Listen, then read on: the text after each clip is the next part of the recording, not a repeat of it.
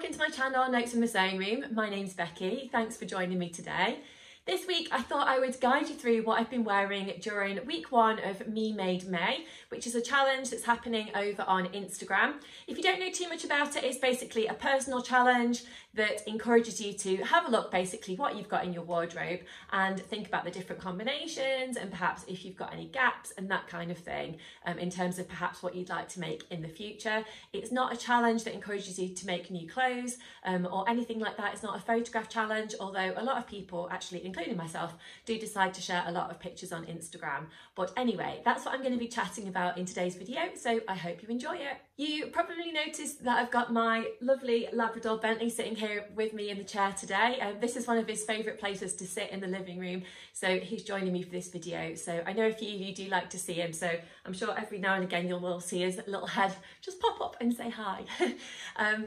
Yes, so let's get on with this video today. Don't forget, if you do enjoy watching, then I would love it if you could give me a thumbs up because that does encourage YouTube to share my video with other people. And if you could subscribe to my channel if you haven't already, that would also be fantastic. But thank you to everyone who does continue to give me those thumbs up, leave me any comments below, and who has subscribed to my channel already. I really do appreciate it. So I'm not actually going to tell you what I'm actually wearing today until later on in the video, because that's when I'll come to it basically. So let's start at day 1 of Me Made May. So basically, as I said, it's a challenge that's happening over on Instagram. It's a kind of personal challenge to think about the things that I wear.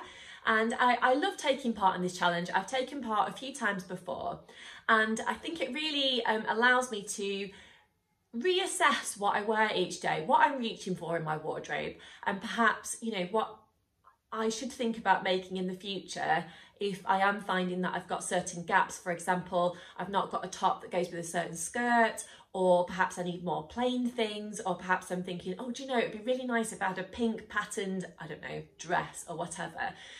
So that's the whole idea of this, really. So on day 1, I'm just going to check my little note that I've made for myself so I'm not telling you the wrong thing. But on day 1, I went out on a family day out, and we went over to somewhere called Papplewick Pumping Station, which is in Nottinghamshire.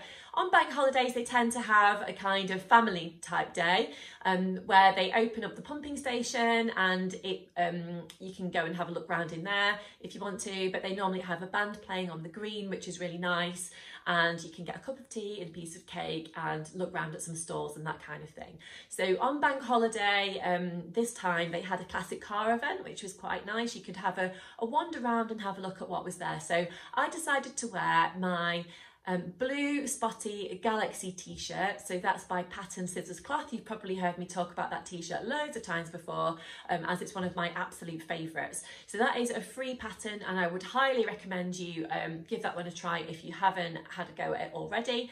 I made a few changes. I made the smallest size in the pattern pack, but I also dropped the neckline down, much like the one that I'm wearing, by about 4 inches. So I found that that worked better for me because I don't like things that are too high on my neck. I also extended the actual neckband as well, just so that obviously it was a little bit longer as I dropped down the neck area, so that worked out quite well. I also wore one of my favourite denim skirts, and that's the Sewaholic Ava Skirt. So it's a really nice skirt if you've not tried it already. I made mine a size 10 at the waist and eased out to a 12 at the hip, as I'm slightly wider in my hip area. It's a lovely A-line skirt. It's finished with a nice waistband around the top waist, obviously, area. I finished mine with invisible zip, but you could use an exposed zipper on the back if you prefer, or maybe one of those nice lacy type zippers. That could look quite nice as well.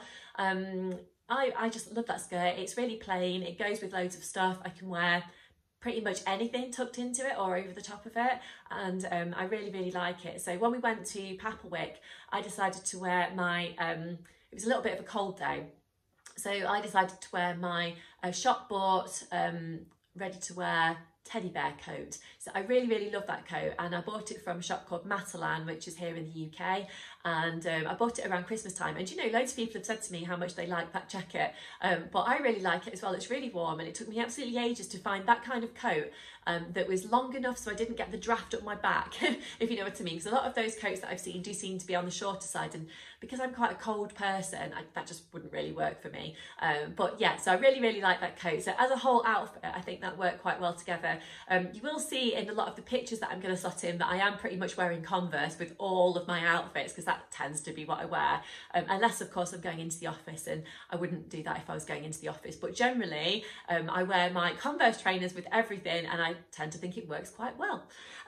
So on day 2, that was actually the bank holiday Monday. So we had my father-in-law came to visit, which was really nice. And we decided to hop out and go for a little meal. So that was really nice. So we actually went to a place called Southwall, which is really nice in Nottinghamshire. They've got Southwall Minster there, which you may have heard of. That's quite a nice little walk round. You can go for a walk around the Minster. They've got some lovely independent shops over in Southwall, and lots of kind of places to eat and that kind of thing. So we went to one of my favourite pubs, and it was really lovely. I had a lovely meal, and obviously spending time with family is really nice as well. So for that day, I decided to wear one of my brand new Friday Pattern Company square neck tops. So I actually made that one in a size small. So that is my yellow version that I've made. I made it recently as part of the Sew Yellow for Endo challenge, which was also happening over on Instagram. And yeah, it's a really lovely top. And completely coincidentally, when I was at Papplewick pumping station, which I mentioned earlier in this video, there was a craft store there, and I managed to find a little headband that completely matched my top that I was wearing, my Friday Pattern Company square neck top in yellow. So yeah, I bought the headband and it works perfectly. It was almost like it was meant to be, so of course I had to buy myself that. And that little combo works really nicely with my Sew Over It tulip skirt, which I have worn a couple of times during this first week of Me Made May. Again, it's a plain denim skirt, it goes with loads of stuff, and I think one of the nice things about Me Made May is that you can think about how you style different things together, you know, what tops go with what skirts, how things can work differently, and that's really nice. But what I am trying to do as a personal challenge to myself is trying to reach for different things in my wardrobe that I wouldn't automatically go for every day. And that is because, you know, I think I get a little bit lazy of, oh, that's quite new, I've made that recently, I'll wear that, or, you know, that's my favourite, I'll reach for that and wear that today. So it's actually quite nice to have a little bit of variety and go for different things each day. So yeah, I'm really enjoying the challenge so far. So on day 3, that was actually a work day for me. So I do tend to work from home a lot of the time, but I still need to look smart because I do spend a lot of my day on video calls. So on day 3, I decided to have a little look in my wardrobe for things that I've not made recently and not worn recently. And one of the things I pulled out was actually something that I made for the Sew Yellow for Endo challenge last year. And that is a lovely kind of goldy coloured Fibre Mood Norma blouse. So I like that blouse, but I think one of the reasons that I don't wear it very often is that it's quite low cut for me. It does come to sort of around about that sort of centre chest area, and for me I'm a little bit self-conscious of that, because when I'm moving around, when I'm reaching for things or leaning down, and obviously having a young child does mean that I am you know, spending a lot of time crawling around on the floor and playing and that kind of thing. So actually having a blouse that flops forward a little bit is not really that practical, and I know that I could wear a little vest top under it or something like that, but I don't really want to. I want to just wear the blouse as it is. But as it was a work day, I thought, yeah, I'm not going to be doing too much kind of, you know, reaching and crawling and that sort of stuff. So I would put on my blouse. So it's actually really nice. It's a really smart blouse. I made mine in a size 10. I remember having a bit of a headache when I made that blouse originally, because I don't know if you've made any Fibre Mood patterns, but I decided to before I realised that you could actually just print the size that you wanted, I printed out all of the size range, and then there was lots and lots of lines, and some of the lines were the cutting line and some of the lines were the actual sewing line. So I found it really, really confusing, and I remember I had to put a message out on Instagram and just say, oh, can someone help? I'm not sure which line I'm supposed to be tracing and cutting and all of that. But so thank you to anyone who did come forward and say this is what you have to do. But it is a lovely blouse, and I'm pleased with how it worked out in the end. So on this particular day of Me Made May, I decided to team it with a burgundy coloured skirt that I made, which is it's a Sewaholic skirt, and that's actually a hack of the Cambie dress. So I really like the Cambie dress. I've made it lots of times before, but I love the kind of shaping of the plain A-line skirt. So there's actually a couple of different dress versions of the Cambie dress. You can go for a gathered skirt, or you can go for more of a plain A-line. So I used the A-line skirt pattern piece, and then actually just made a little waistband to go on the top.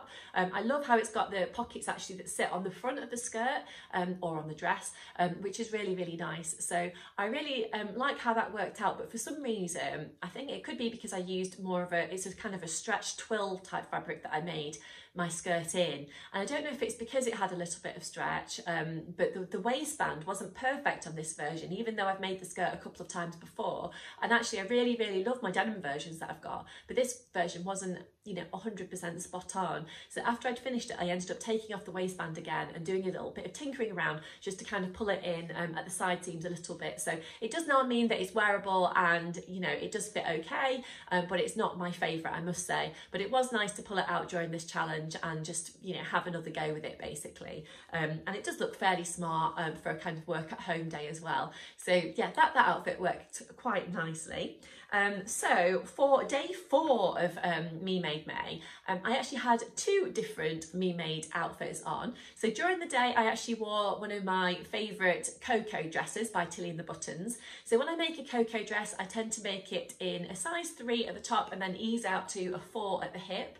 And I find that the Coco dress is really, really comfortable. It's so quick to make as well. There's only a few pattern pieces, one for the front, one for the back, and the arm pieces, which is really nice. And sometimes you just want a speedy sew. So that's actually made from a Ponte Roma fabric, which I think I picked up from Crafty Sew and Sew a few years ago. It's a sort of a navy blue colour, and it's got some little white spots on, which is quite cute. And then in the evening time, when I was home from work, I decided to pop on some homemade pyjamas, which I love, and they're one of my favourite things that I've made. And that is by Pattern Paper Scissors, and it's part of their family PJ pack. So I made those at Christmas time in a kind of fox print wintry type jersey fabric. So it's actually a cotton jersey. It's got a decent weight to it. I got that from Minerva, and then I actually edged the neckband, the cuffs, and the bottom of the pyjamas and whatnot, the top of the pyjamas, around the waistband, with a ribbing fabric, which I picked up from, I think I got it from one of my local shops here that aren't online actually, and that is a kind of dark green fabric, like a bottle green colour, but I think that combo works quite nicely together. But I would recommend the family PJ pack from Pattern Paper Scissors if you haven't tried it already. I've made my little boy William the pyjama bottoms a few times just for day wear, because I think it works quite nicely, and you can't really tell for children that they are supposed to be pyjamas, to be honest, because they are more of a legging type thing. So yeah, I would recommend those. I really like that pattern company as well, and they've got a few nice children's patterns over on that website if you'd like to check it out. For day 5, I actually wore another Tilly and the Buttons outfit, and that was a Coco top again, but it was actually a completely different one. So rather than it being the dress, it was my bright pink stripy kind of candy coloured top, and I really like that one. On day 5, I was actually going to the hairdresser, so you may see I've got new hair, which is really nice. It feels nice and swishy because it's just been done, and I really like that top. So I made the Coco top in a straight size 3 because it wasn't really going over my hips, so that was really nice.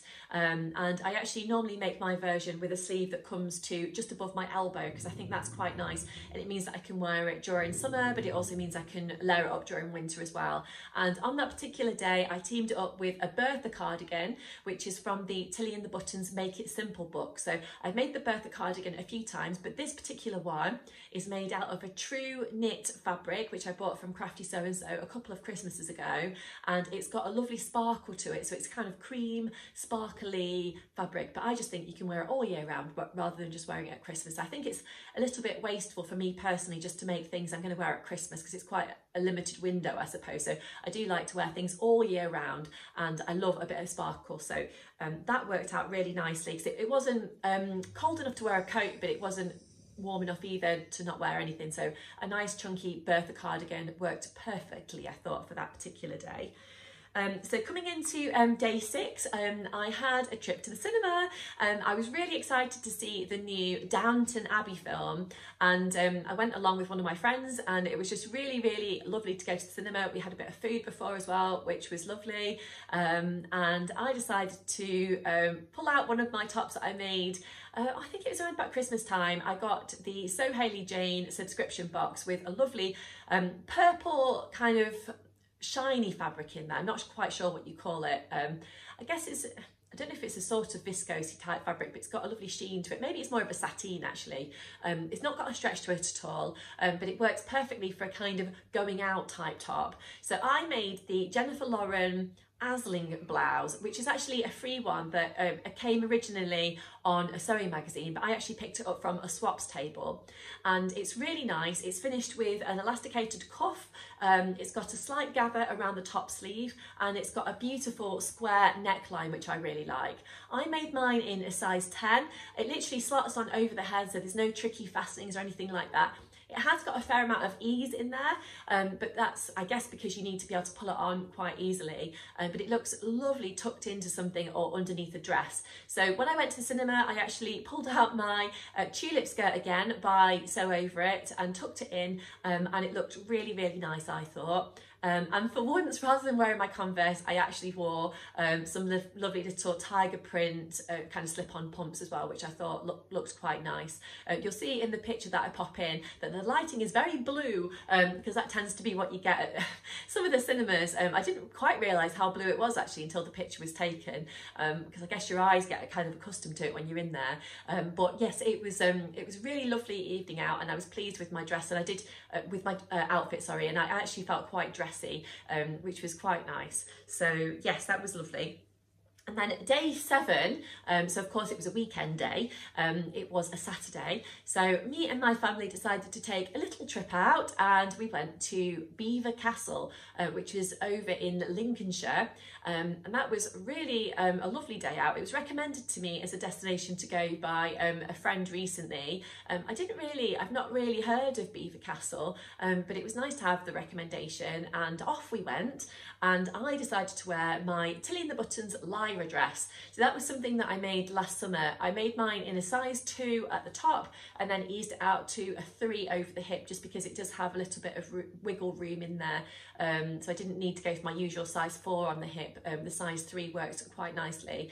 I will put in a little bit of video footage that I took last summer of me wearing the dress, and you'll be able to see the belt detail that I made. And I will pop in a picture of me wearing it yesterday as well. I really like the Lyra dress. The only thing is with the size that I made, I think perhaps I could do with maybe sizing up to the size 3 on the top next time I make it, just because it is slightly pulled across the front chest area. The rest of it seems to be absolutely fine. It's fine across the shoulders, it's fine through the bodice and into the skirt, but I do find that it is a little bit pulled across here, so I do tend to wear the top button open, but that's fine because I'm happy with that, to be honest. But it's a lovely dress. I find that it's not too dressy, and it means that I can wear it out during the daytime and feel really comfortable in it, teamed up with a nice bright cardigan. So I wore it with a bright yellow cardigan yesterday, and it was just perfect for this kind of you know, May time when the weather is not, you know, hot, but it's not cold either. So yes, I highly recommend the Lyra dress if you haven't tried it already. I remember being a little bit nervous about making the Lyra because it's got a collar stand, and I've not tried doing a collar stand before, but actually if you do follow the instructions, it works out perfectly. So don't worry about that. So I think it is suitable for maybe an advanced beginner sewist, or maybe someone who is maybe like an intermediate type sewer. But don't be put off by doing the collar stand, because I feel like if I can do it, anyone can do it. So yeah, so that was 7 days basically of Me Made May. And then finally today, so we're on day 8 today. I'll just stand up so you can see what I'm wearing shortly. But basically this is another Galaxy t-shirt by Pattern Scissors Cloth. But this one's got a slight difference to it. And that is because I made it as part of the recent Frugal Frocks challenge over on Instagram. And I didn't have enough fabric to actually do the cuff around here, around the sleeve detailing. So I actually just threaded through some elastic instead and made this elasticated area. But I think that works quite nicely because it's made this lovely kind of poofy detail for the sleeves, which I really like. So I made this version in a cotton jersey fabric that I got from Fabricate Murfield. And as I said earlier in the video, I have dipped the neckline down by about 4 inches, but I really like how it tucks into my skirt. So today I'm wearing a little self-drafted skirt, which is a gathered skirt, which has got an elasticated waistband. I made this last summer from another fabric that I got from one of the Sewaholic Jane boxes. I've actually recorded, if you have a look back on my channel, if you're interested, I did do a little tutorial video of how to make one of these skirts. So if you are interested, then do check that out, and I will try to link it down below as well. So I'll just stand up quickly so you can see my outfit. So that is my lovely skirt with this lovely elasticated waistband, and it literally just slots on over the hip. So if I just scan down, you'll be able to see my outfit looks like basically. You'll see the waistband there, and yeah, it's a lovely swishy kind of skirt. So that's actually all of the outfits I wanted to chat to you about this week. So if you have enjoyed watching, I would love it if you could press that like button and subscribe to my channel if you haven't already. Feel free to leave me any comments down below as well. I do love to have a little chat to you in the comments section. So do feel free to leave me any messages that you'd like to down there. And do let me know if you're taking part in Me Made May as well, and what personal challenge you've set for yourself, whether it is trying to wear different things, trying to wear different pattern companies, trying to look for particular gaps you've got in your wardrobe, or perhaps it's, you know, maybe wearing a handmade piece of clothing each week or something like that. Whatever your personal challenge is, I'd love to know about it. So do let me know about that. But thank you so much for joining me today. I do hope you've enjoyed watching. Do let me know if you have enjoyed this style of video, and if you are interested in learning what I was wearing during the first week of Me Made May, that would be great. Coming up on my channel soon, I will try and keep sharing what I've been wearing during the Me Made challenge, but also I've got a new summer capsule wardrobe video that I'm going to be sharing with you very soon. So that's really nice, and I'm looking forward to doing that one because I think some of you enjoyed seeing my winter capsule wardrobe finish that I just shared last week. So if you are interested in that one and you haven't seen it, then do check that one out as well. I will try and link that one down below. I will also put in the description box all of the pattern companies and patterns and things that I've mentioned in today's video as well. But for today, I'll leave it there. So I'll see you again very soon. Thanks for joining me. Bye.